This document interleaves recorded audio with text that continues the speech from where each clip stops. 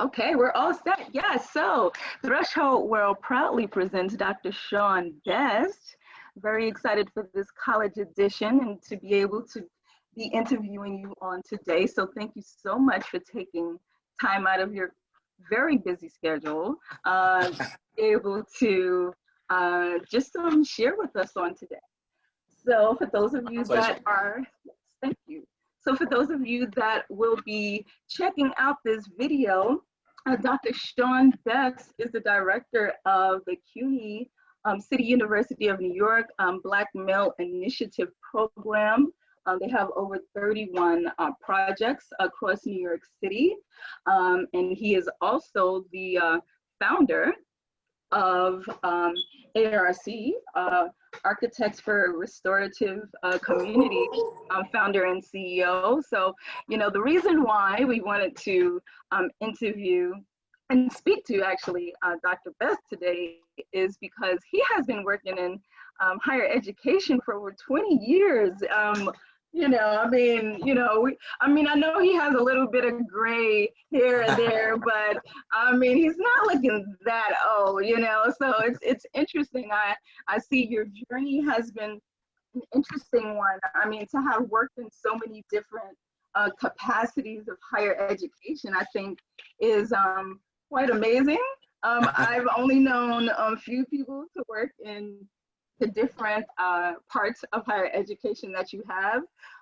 So to have worked in residence life, student affairs, academic affairs, athletics, and admissions, and now you're the director of a program with over 31 projects. Oh my goodness, you know, so it's like, my first question to you is, what got you started into higher education?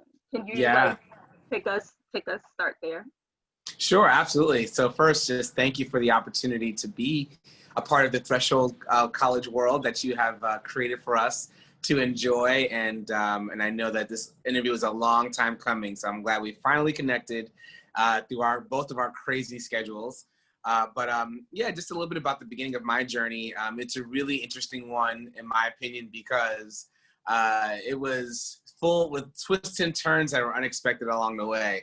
So in the beginning of my college experience at the University of Vermont, I found myself academically struggling, not sure how to actually make it through college, and then found a mentor and kind of a tutor and a friend who was able to help me sort of get back on track academically.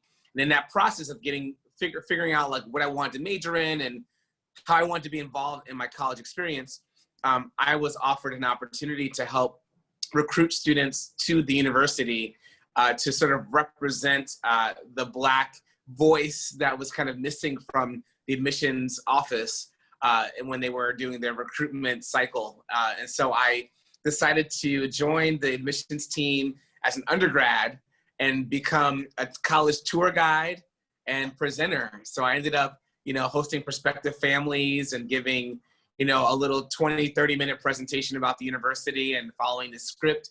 And I was so terrified and nervous in the beginning because I was like, I don't know if they're gonna believe me, or if I'm gonna sound convincing, if I even speak well enough to be in front of all these people, and especially sometimes seeing a bunch of white people where I didn't grow up in an environment where being in front of white people was an acceptable thing that I should feel confidence about.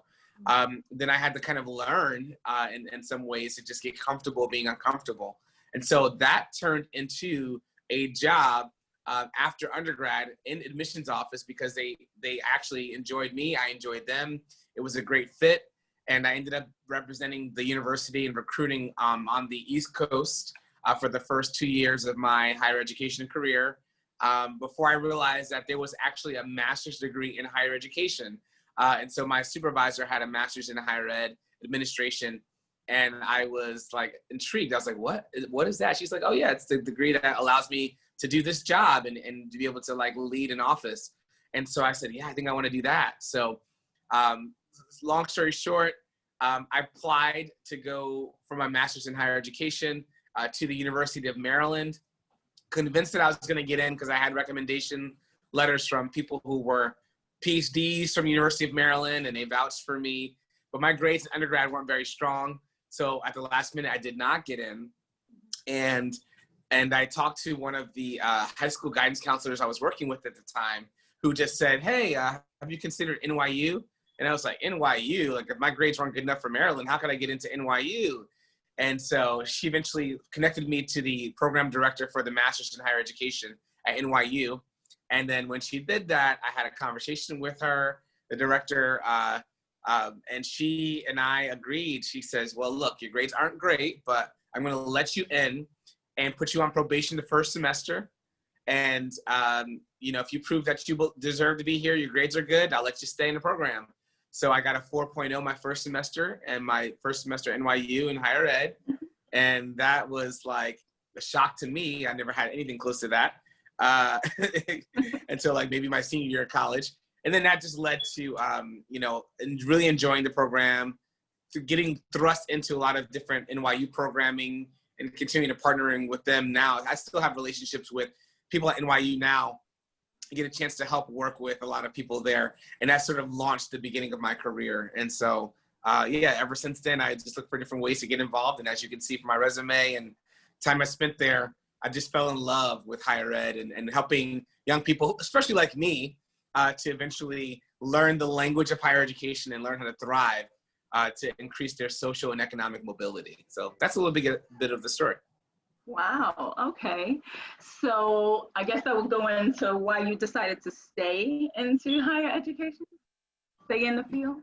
Yeah, I stayed because I saw students who were like me, who literally struggled to find their academic voice, find their true calling and their actual, you know, actual majors and their networks in college, the way that I struggled.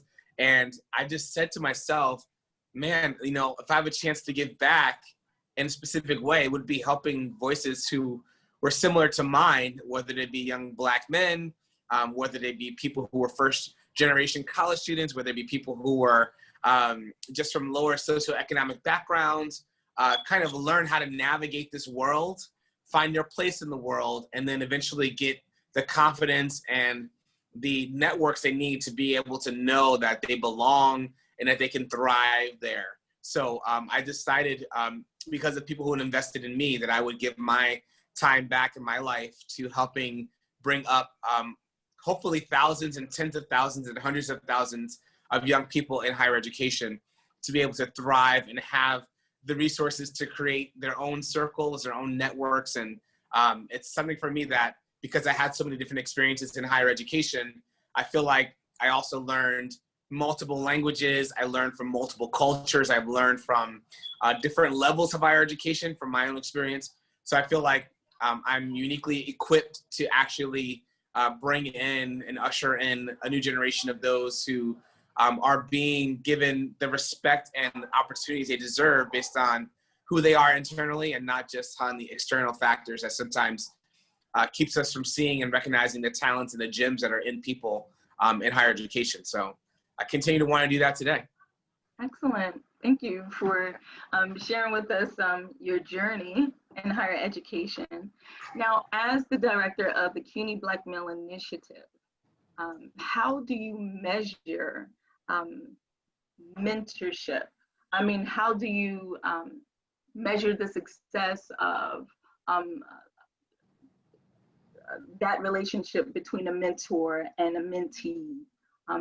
What is the process of being able to do? How do you do that? Yeah, great question. Well, we try to do two things with the CUNY Black Male Initiative in terms of building mentor-mentee relationships. The first thing we try to do is to, number one, incentivize the relationship for the mentors and mentees. And so the system that we have is that mentors are first, when they're onboarded, they're given training by my team centrally. We give all of the mentors in all 31 programs the same training.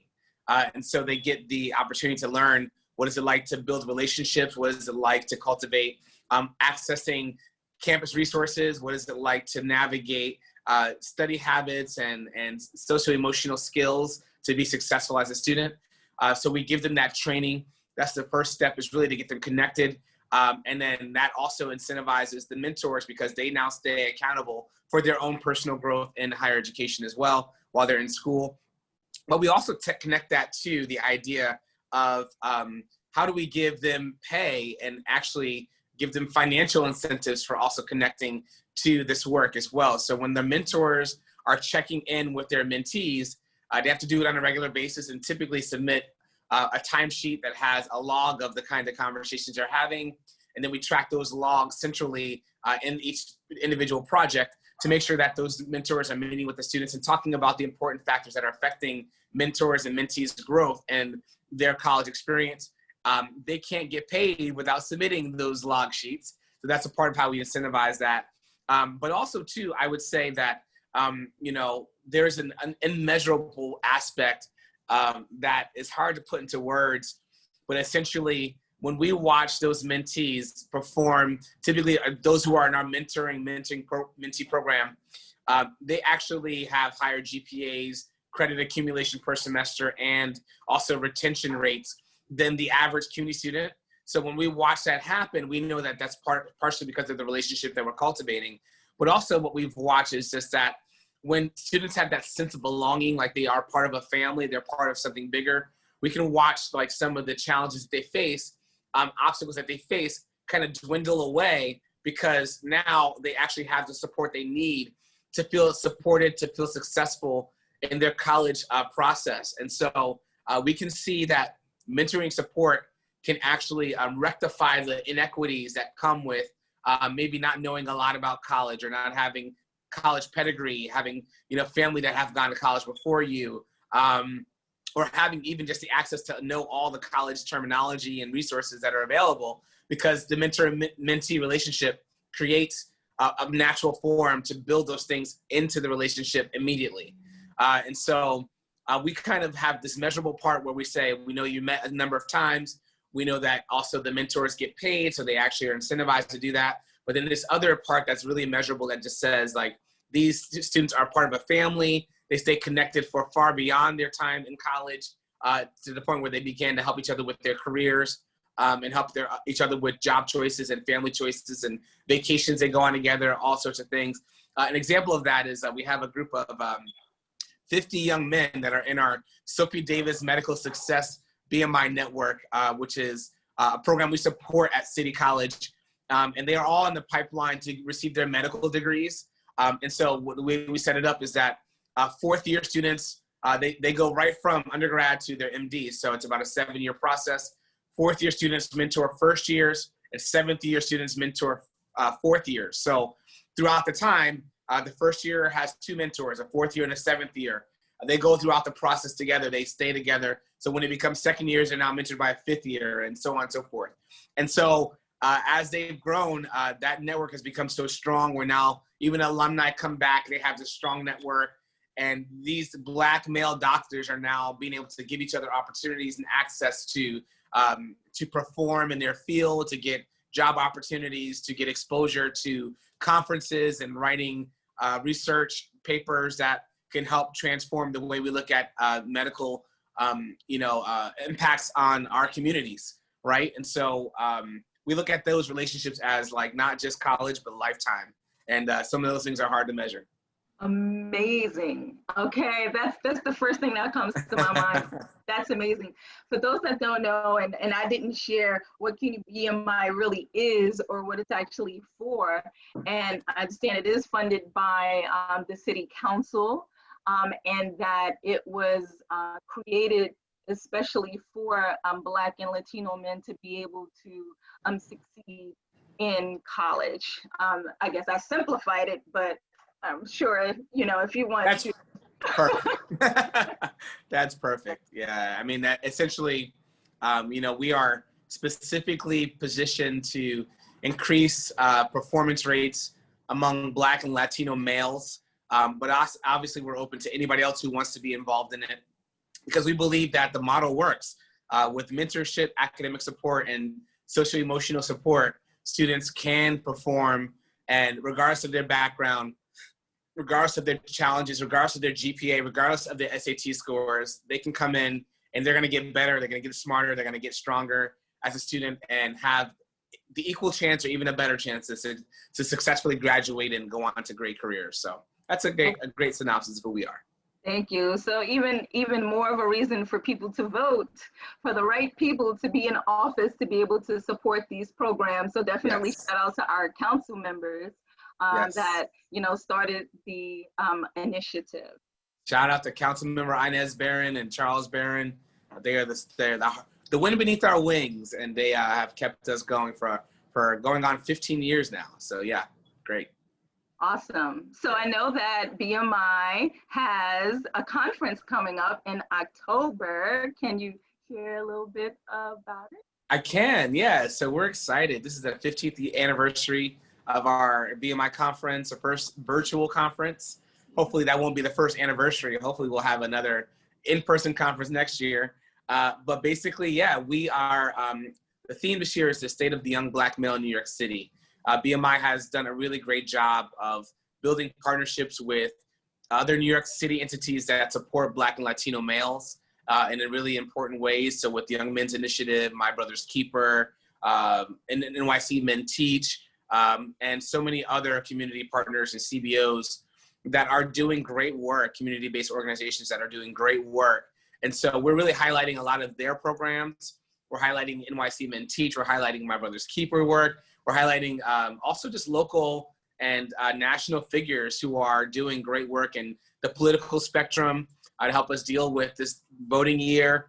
We have great representatives. Representative Hakeem Jeffries is going to be one of our keynote speakers. Councilmember Donovan Richards out of Queens, one of our keynotes. We even have a featured panel with Melissa Mark Vivarito, Richie Torres, Adriano Espaillat, and just Jamal Bowman, just a lot of great speakers that are going to be speaking to our people that day. We're going to live stream on CUNY TV.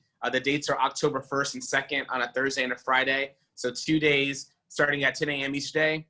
It'll be live also via our YouTube link, CUNY BMI, at CUNY BMI on YouTube, at CUNY BMI on Instagram, at CUNY BMI on Facebook.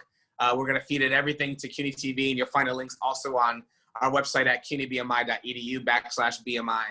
So we're excited about the conference. It's going to be robust. I think we're probably going to get record numbers because it's more virtual. So now everyone can really come and attend. We have concurrent panels throughout the day. We have a spoken word event the first night, sponsored by City College at 6 p.m. We also are going to replay our town hall that we had in September, talking about mental health issues with some world-renowned psychologists. We're going to replay that town hall on the night of October 2nd, that Friday night. And so it's just a full, robust day. Find a schedule on our website, and we look forward to just engaging with the community and celebrating 15 years of CUNY BMI, highlighting and successfully supporting thousands of Black and Latino male students throughout the years. We're up to about over 4,000 students we serve annually now. So it's been a great, robust growth since the time of our initial model at Medgar Evers in 2006, when we had about 500 students. So now we are growing in ways that are important for the city to recognize, and hopefully we get to celebrate with each other that day virtually. So we're excited. That is amazing. And I'm just like, amazing. You all are just doing a lot of great initiatives, and I'm just like, wow. Some of the things that, I'm pulling from it is the fact that I was definitely able to chime in on that town hall. Those that will be seeing it and listening in, it's definitely needed in the community. It was a really great town hall, and that'll be great that's great that you all are putting that into the conference, the speakers, and I mean, just everything that you all are putting together. It sounds really great. And, I feel that, as you said, more people should definitely chime on. So definitely find the links, y'all. Go to CUNY BMI online. I mean, we're in this virtual situation that we're living in right now, and you're able to be a part of a great initiative worldwide. So that is the action that I'm going to put forth for you all to do, is definitely check out CUNY BMI and the upcoming conference. It's also on our Instagram and the upcoming event. So definitely check it out. Now, moving away from your day job, you have some amazing other things going on. So as founder and CEO of A4RC, Architects for Restorative Communities, how was the name inspired? Architects for Restorative Communities. Great question. So, yeah, it's kind of one of those mystical kind of stories. So basically, I had this vision or premonition, if you will, one day where I was thinking about the story of Noah's Ark. And if you know that biblical story, it talks about how, you know, when the world was kind of destroyed by a flood, then eventually Noah had to bring in, you know, animals at a time to restore, you know, the earth and replenish the earth and so on and so forth. And so, you know, the story, and a lot of times I see biblical stories as allegorical, so I don't always know whether 100% or not that actually happened or not. But from what I have as a visual representation of that story is this idea that sometimes we have to start over. Sometimes we have to start over and replenish the world with the things that the world needs. Otherwise, the world will take itself back over again. There's a principle in Buddhism that talks about how the world is sacred and it cannot be improved. So if you actually mess with the world and try to make it something other than it is, eventually it will turn back on you and take back over how it wants to be. So the earth will take over itself, kind of the way it is now, right? With hurricanes everywhere and pandemics breaking out, and we're using too many of the earth's resources. So the earth says, okay, listen, I gotta correct this. And so with that sort of sacred idea of what I believe this world is, I believe it's also important for us to revere the sacredness of our relationships, the sacredness of our communication, the sacredness of our interaction with each other. And restoring the world, in my mind, looks like restoring the sacredness of our interaction. And so in my mind, when I was visioning about what this company should be called, I originally had a business partner. And then when that ended, I was like, okay, well, I want this to keep going. How do I re-envision?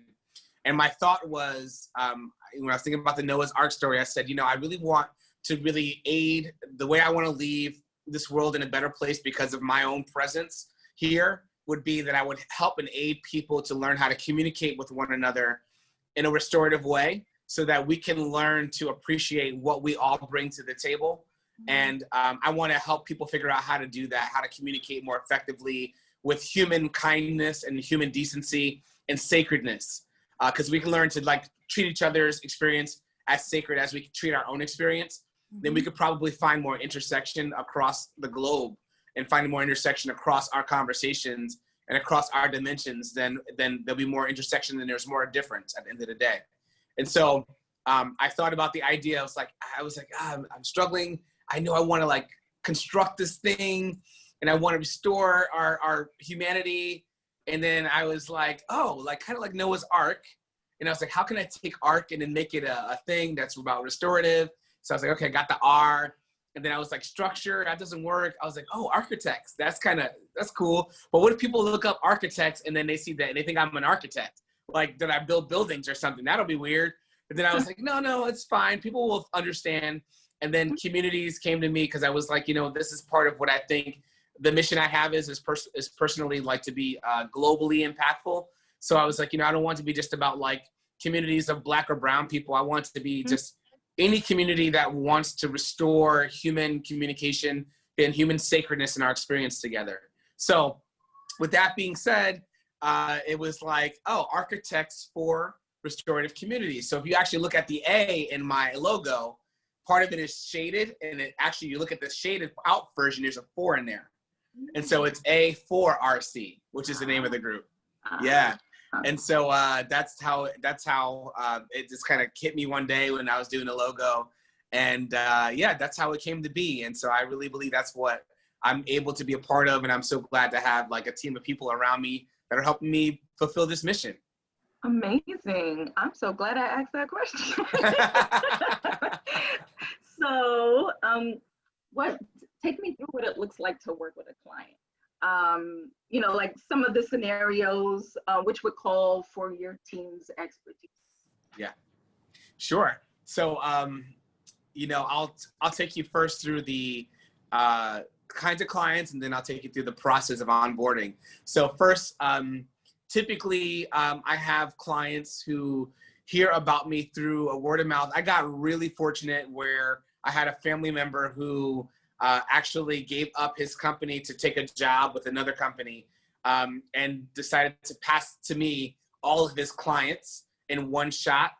Wow. And so I had to learn really quickly how to like work with clients and figure out the language of working in a diversity, equity, and inclusion space. So the majority of my clients are really in that space. They want training on how to have more cultural sensitivity, have more vocabulary and language, to learn how to treat other people as human beings, right?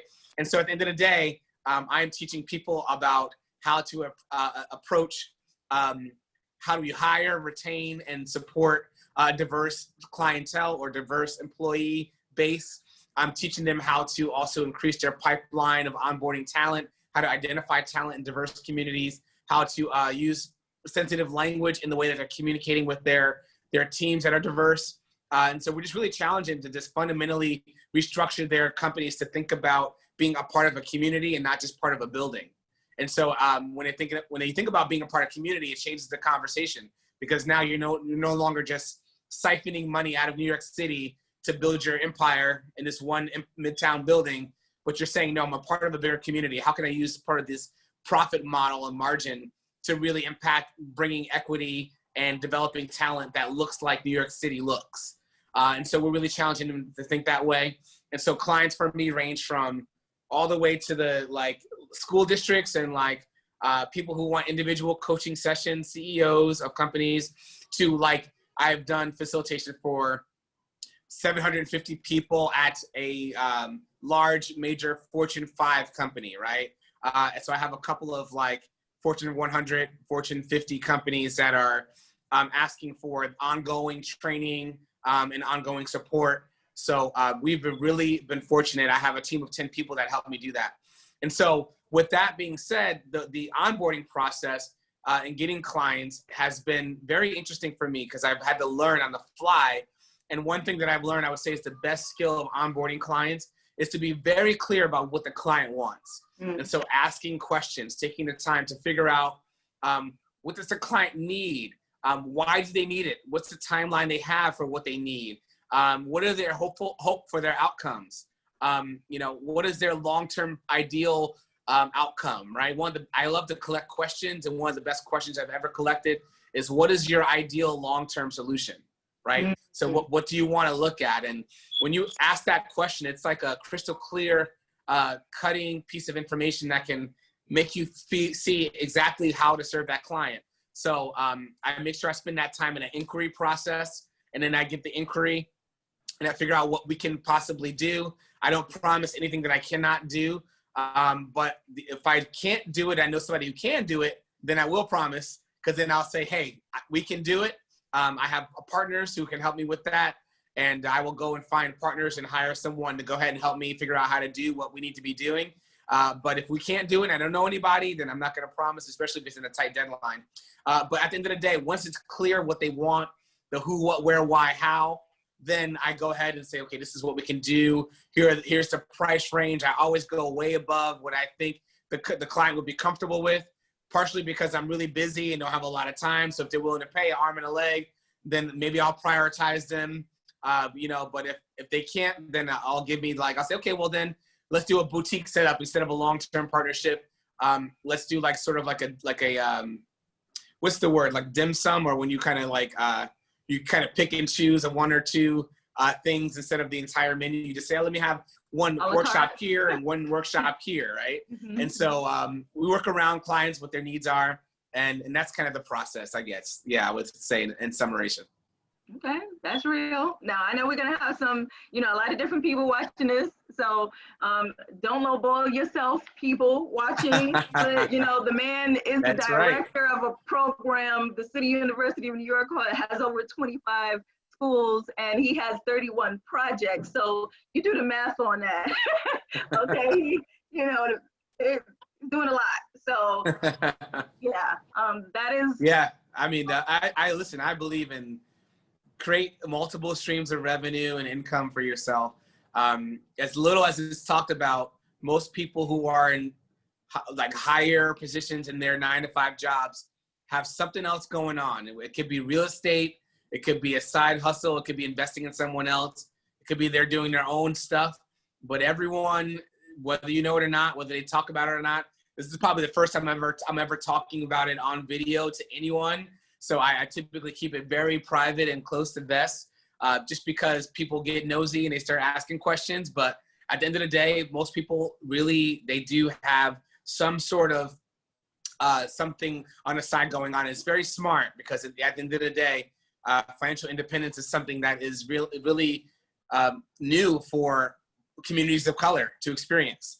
And so a lot of times, you know, companies are making so much money off of your ideas, but you have, you know, the intellectual property that is valuable, and don't forget that. So, you know, consider what you can do within your capacity, within your means. Don't try to be a superhero, but if you can do your side hustle and you can create your own stream and revenue of income, I recommend everyone do that. Everyone. Excellent. And thank you so much for sharing that on this platform. We're honored to be the platform in which you chose to share these things with. And, you know, it's, you know, I know we're talking about the financial side and the hustle side, and it's interesting, you know, we're, you know, as you're saying that, we are both in higher education, and is this something outside of work that we're doing? And it's, you know, on both sides, it's all purposeful, you know, at the end of the day. And it always, you know, it's relating back to what we essentially do, and wanting to give back and wanting to be a source of information for others to be able to also be inspired so that they can to create, and then they can go ahead and, you know, just continue to create that ripple effect. So it's all on purpose as we create this ripple effect in the world globally. You know, Yes. one student at a time, one client at a time. Just all of that. That's right. That's right. 100%. And I think this is part of the give back. You know, you have to share how did you get there, so that others can see a path and a way forward. So yeah, I hope that whoever is watching this, you know, you feel inspired to build your own path, cut the cords from whatever narratives is telling you how to be, and you be yourself, and let the chips fall where they may, and it'll open up doors and windows for you that you could never see coming. I started my company with 0 clients. I didn't know my uncle and my family member would actually be like leaving his business and passing that on. I just said, this is what I want to do. And I knew I wanted to do it. And it ended up turning into something well beyond my wildest dreams. So yeah, please trust yourself, trust your gut, get a mentor, get somebody you can talk to.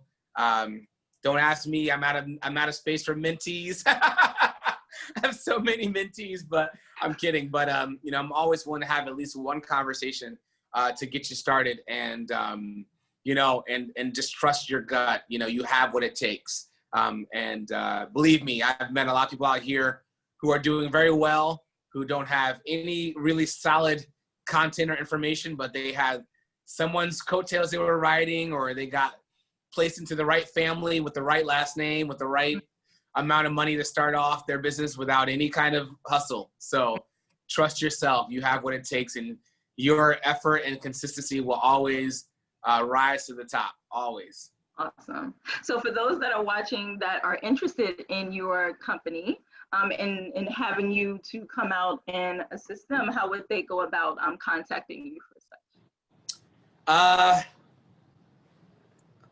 I will say this, they can contact me on Instagram, and I'll give you my Instagram, which is at bestmannyc. And I would love to obviously grow, you know, but also too, I definitely, you know, would love to just communicate on a personal level with people first and foremost, because I've kind of realized that in the process of doing this work, sometimes people think they know what they want, but they don't know what they want yet, right? So I like to actually just have a conversation with them first to find out what it is that you actually want or say you want. Some people may say they know what they want, but then they also just kind of want to be also just connected in a way that may or may not serve both of us. And so what I try to do is just, you know, and this is the same for you and anyone else, is just, you know, protect your space so that you can make sure that when you're inviting new relationships, that it fits into your capacity. And so I'm very specific right now. And this is the hardest thing I've ever done, because if you know me, you know I'm an extrovert that loves everybody. But I'm very specific right now about how I add on new people into my space in this time. And I have a personal coach who helps me figure out how to do that. So yeah, the best thing would be, hey, hit me up on Instagram. Let's have a conversation, and then we'll go from there and see if we can work together for sure. And so yeah, I'm trying to get a little smarter. Instead of just, it's so hard for me to say no to anybody. So I'm always trying to be strategic about how we onboard these new relationships, but happy to talk to you if you find me on IG, and we'll go from there. And if you're not on Instagram, then you can also just find me on Facebook, or you can find me on LinkedIn. Those are like the 3 ways that I think that are easiest to just reach out and stay in touch. And I will do my best to, you know, to onboard a conversation with you in the near future. Okay, all right. And I did see that you had a website. Did you want to share the website, or you don't want to share the website right now? Oh yeah, sure. So the website is, it's A4RC Group LLC.com. So again, that's the acronym for our company. So A4, A as in Adam, 4 is the number 4, R as in Robert, C as in cat, group, GROUP LLC.com. And so, yeah, find us there. You can find a little overview of what we do and who we are. Awesome. Thank you so much. I guess I just could have said that in the beginning, right? Now would have been it. It's okay. That's but, you know, you know, it's all good. So you have this book called Change Your Perspective, and I had to get a copy. And like, if you look at my book, it is all written in. Whoa! What I love about this book incredible. Is that you really give the reader the ability to really look at their life and what's going on and what they can do about it. So I know you have, like, you know, some really cool things that popped out, like even in the contents, you know, adventure, believe, change, dream, energy, failure. I mean, you have all of these different parts to the book, which I feel like a student, a faculty member, a client, just everyday people can really relate to, and they can really get something out of it. And I guess I just wanted to highlight that. Wow. You know, just the book itself, Change Your Perspective. You really meant that. And I feel that it really helps the reader to go ahead and really start to look at things different. Yeah. What would you, I don't know, what inspired this particular type of book that you wrote? Oh my goodness. It's so crazy that, first of all, you have read it from cover to cover. I feel like so energized by that. That's so cool. And I'm so glad it actually has served you in a way that's been helpful. Wow. So when I started writing this book, and when I tell you it came out of me like a flood of just like I just need to get this out. So I was walking down the street one day, and a young man was standing on the curb, and like as I'm walking past, he like spit in my direction, like kind of at me. And I don't know if it was like he thought that maybe, I don't know, because I was dressed up or something, that maybe I thought I was better than people or whatever, but he just spit, and I like looked at this guy, you know, and when I think about like my years of like competitive sports and like defending myself as a little brother, like I always think about like fighting and like how can I defend myself. And so my first reaction was just like, did this guy just spit at me? Like I don't even remember being spit at like in my life. And so my ego was rising. I gotta show this guy, you can't just spit at me. I'm gonna get in his face. I'm gonna show him whatever. Plus he's a young guy. You know, I'm sure I'm stronger and tougher or whatever. And I looked at him and I saw this sort of like, it was almost like an invitation he had to like, to be confrontational. It's almost like he wanted something to happen. And so the moment hit me, I was like, okay, I was drawn in. Now, if I go into this world, I'm in his world, right? I'm in his space. I'm in his mental place of whatever conflict or whatever discord he wants to sow. And I said, okay, if I go in this space, then I'm not in control anymore, right? Now I'm following emotion. I'm following his energy, whatever.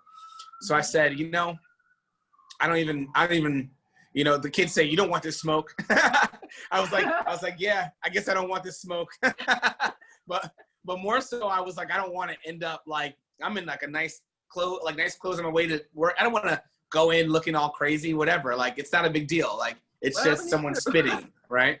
And so I'm walking down the block, you know, I'm just like shaking my head and I keep going. A couple blocks later, I'm thinking about something completely different. And I thought to myself, I was like, oh, wow, look, like I'm in a whole different mind space because I'm thinking about something completely different, as opposed to if I would have engaged in that world that 2 blocks ago, would have maybe be in a whole headspace that was like agitated and annoyed and frustrated or whatever. And so I was like, yo, like if I had just learned to change my perspective, I could probably deal with a lot of different things that were challenges differently, because eventually everything kind of passes, right? And it's this concept that I share sometimes, and that talks about, and I gotta find the source of where it comes from. I know it comes from a book, but I heard it from a friend that says that like we have to look at life's events like trees that we pass on the highway when we're driving in a car. And so the idea is that, like, you know, you might pass a tree while you're driving in a car on a highway and you think that tree looks beautiful or it looks like a odd or a certain kind of way. But then when you're 5 miles down the road, you're not really thinking about that tree anymore. That tree has passed and now you're moving on. You're not remembering that tree from yesterday or from last week or from a year ago. You don't remember that tree. That tree is gone. And so life moves on. Stay present, stay mindful. And so I told that story to a friend of mine. I was like, hey, man, like, you know, my friend, his name was Kelvin. And I was like, Kelvin, it's crazy. Like, I was thinking this, and then I was about to get in this altercation, and then I thought about something different, and then I just changed my perspective and whatever. He goes, maybe I should change my perspective. He goes, I need a job, and I don't know how to get one. And I was like, all right, well, what do we need to do to change your perspective? And so he's like, well, all right, well, I need to start looking for jobs. I need a resume. I don't have a resume. I'm like, all right, well, let's build a resume. So we did a resume right there on the spot. And then I'm like, what else? He goes, well, I need a calendar. I'm like, all right, well, let's look at calendars. And he goes, all right, I haven't got no money, but I see the one that I want. And we're like, okay. So we were just having like an interesting conversation about it and having a good time hanging out together. And then the next day, he sort of woke up with this infusion of faith about changing his perspective. He goes, today I'm gonna change my perspective. And so he went downtown and he decided to like go shopping with no money. He's like, he went to the Container Store and he identified the calendar that we had looked at, the one that he wanted. And he was like, all right, you know, I'm praying, God, that you give me this calendar, whatever. And so as he was on his way out the store, a lady stopped him in the store and said, hey, how would you like $25 of free stuff in the Container Store today? He's like, what? What do you mean? She's like, yeah, just fill out the survey. You know, we're just giving a couple customers a chance to fill out the survey and get a gift certificate. So he does that, gets a gift certificate, buys the calendar. And then he's like, oh my God, this is crazy. He goes, well, I'm kind of hungry. Let's try this again at McDonald's. So he literally goes to McDonald's, sits there in the cafeteria, you know, in the cafe, and he's like, maybe somebody will offer me something. And if you know Kelvin, he's so funny. He's hilarious. So like, this is just not beyond him to do. And so he's sitting there. Of course, nobody is offering him like food while he's sitting in McDonald's. But so he's on his way out, and the Container Store is down on 26th Street and 7th Avenue, I believe. And so he's like on his way out. He's like, all right, well, that was cool. Thank you. And he starts praying, thanks to God. He's like, wow, just changing my perspective. I got this free calendar or whatever. As he's on his way out of the McDonald's, his cell phone rings. And an old friend of his that he hadn't seen in 5 years is like, hey, man, yeah, what are you up to? What are you doing these days? He's like, oh, you know, I'm looking for a job. I'm just downtown shopping, and his own funny Kelvin way. And the guy goes, well, I thought about you because we're actually trying to hire an office manager to fill this role. I was wondering, do you happen to be around today? We're interviewing today. And he's like, yeah. He goes, yeah. He goes, where are you at? He goes, well, the office is on 28th and Park. And Kelvin was already on 26th and 7th. And he's like, what? Yeah, great. He goes, do you have a resume? He's like, yeah, I just did a resume last night. So he goes in with the resume, interviews for the job. And after the job, they're like, oh my God, you were great interview, but we have another guy we think we're gonna go with. I think you're second though. So we're gonna offer the job to him. So Kelvin comes back to me and says, oh my God, incredible, Shawn, I can't believe I got an interview. I have my resume, da, da, da. He goes, even if I don't get this job, I already know that changing my perspective has already transformed my life. Wow. And I was like, I need to write about this. Can I share your story? He's like, yeah. So I started writing, and then I started talking to other people about this story and collecting 1,000 stories, like from people after about how they changed their perspective and how their life has changed. And so that book became a sort of an outpouring of that. But a week later, after I started writing, Kelvin calls me back. He goes, Shawn, you'll never believe it. The first guy did not want the job, and they offered me the job, and I got the job. So he took the job. And then like a month later, he was able to go on the first vacation he ever paid for by himself to Aruba, and had a crazy and incredible experience. So that was the jumping off point for the book. And then I started collecting stories, and then it just poured out. And I realized that we all can it's like, it's whatever we're going through, there's always multiple perspectives on it, right? We can see it as the worst thing happening in our life or the best thing that's happening in our life, depending on how you look at it. And so 2020 has given us all the reasons to learn to adjust our perspective in given situations that we're in. So that's the long-winded version of how that book came about. Listen, it was well worth it. Oh my God. Change your perspective. So do you think you're going to allow this back in circulation, or there'll be like, I don't know, another edition?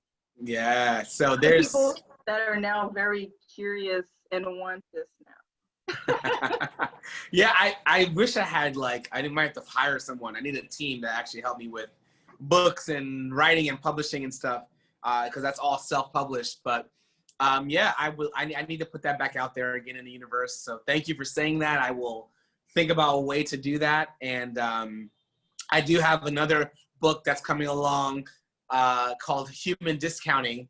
That's its working title right now.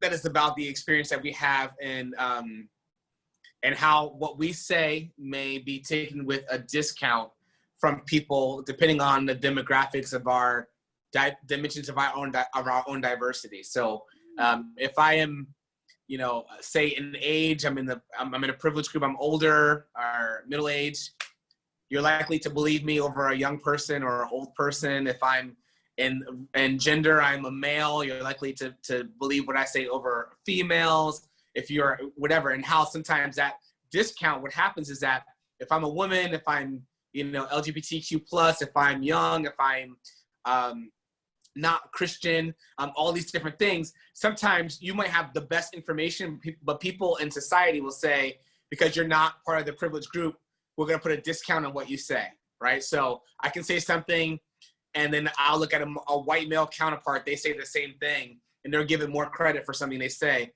which I just said, right, 2 seconds ago. So we're going to talk about how that experience of human discounting can impact us depending on the demographics that we represent, and how do we correct that. And so I got some stuff in the work, cooking up some stuff in the kitchen, slowly but surely. So yeah. Well, it sounds yummy, and we cannot wait to have some. So thank you so much. Yeah, get really some of that gumbo. Excited about that.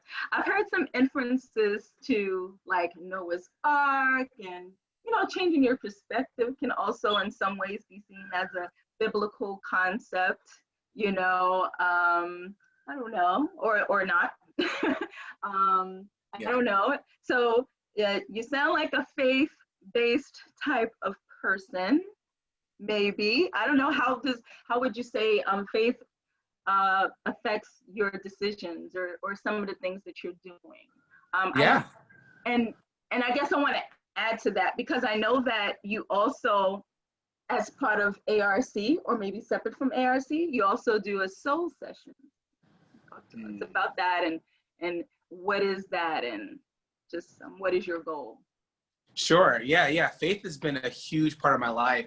I look at my faith and my development in Christianity as the language by the way that I have learned to see the world and to connect with God and the spiritual being that the creative force that guides us all. And so when I look at the way that I develop a relationship with scripture and with prayer and all those things, those are very fundamental to who I am and how I speak and how I see the world.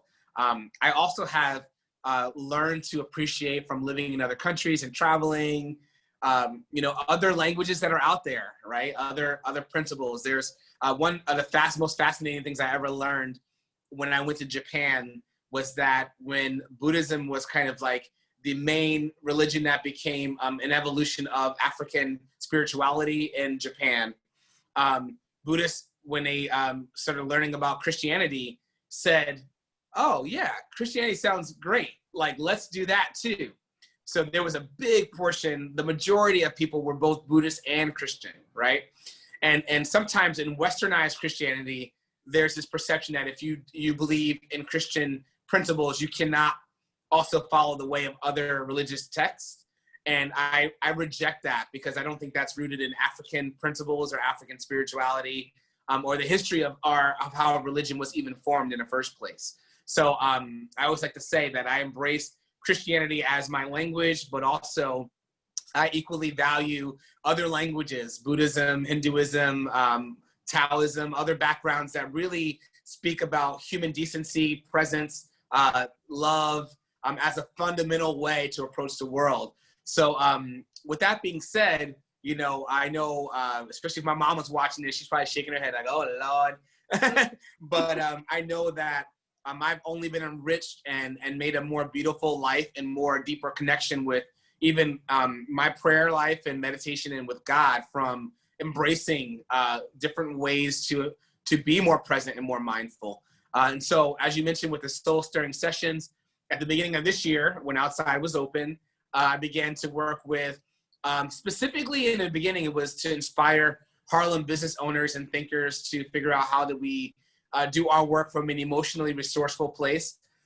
Because a lot of times what I find is that when we are busy the way we are, our emotional bank account can either be full or empty depending on what we're actually depositing into it every day.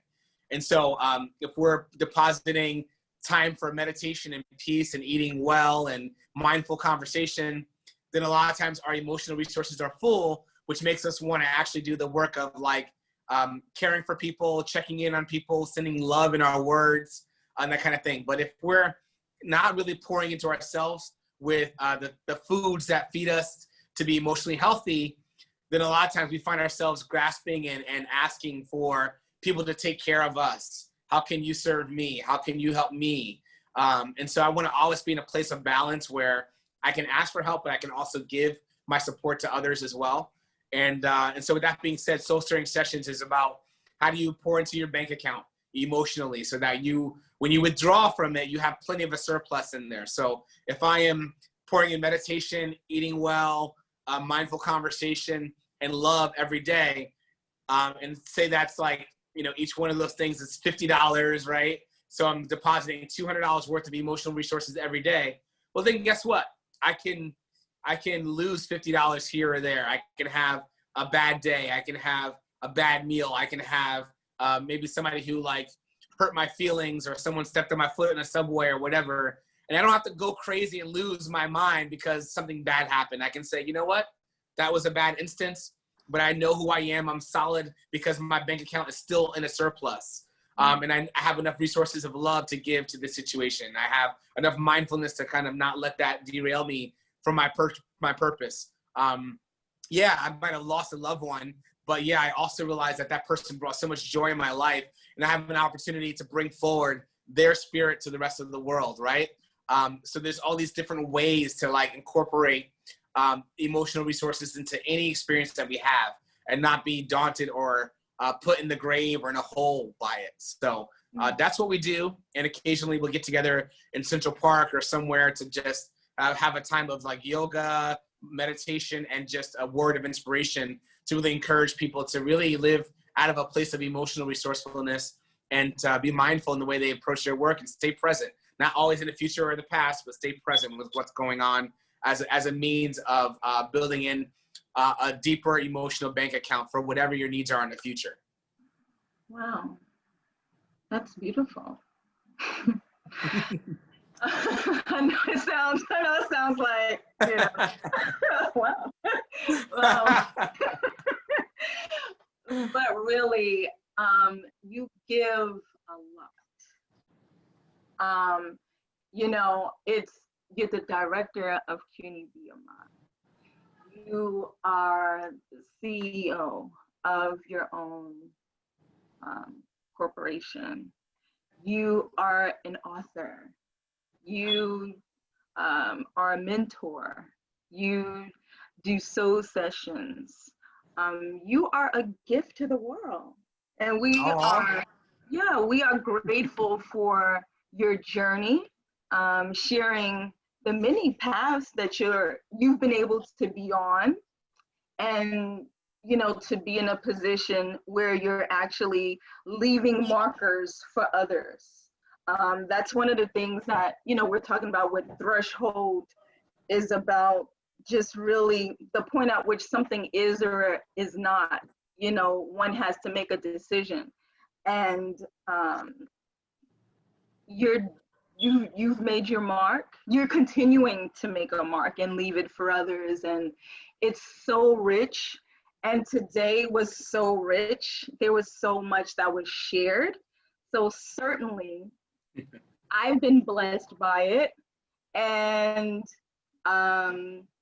I believe that others that watch this, hopefully you were blessed by today. And that just means to be happy to have received something that maybe you didn't have before, to feel a little bit more joy than you had before you even watched this, coming away with so much information, ideas, information, and inspiration to spur you into positive action. So thank you so much, Dr. Bess. We appreciate you.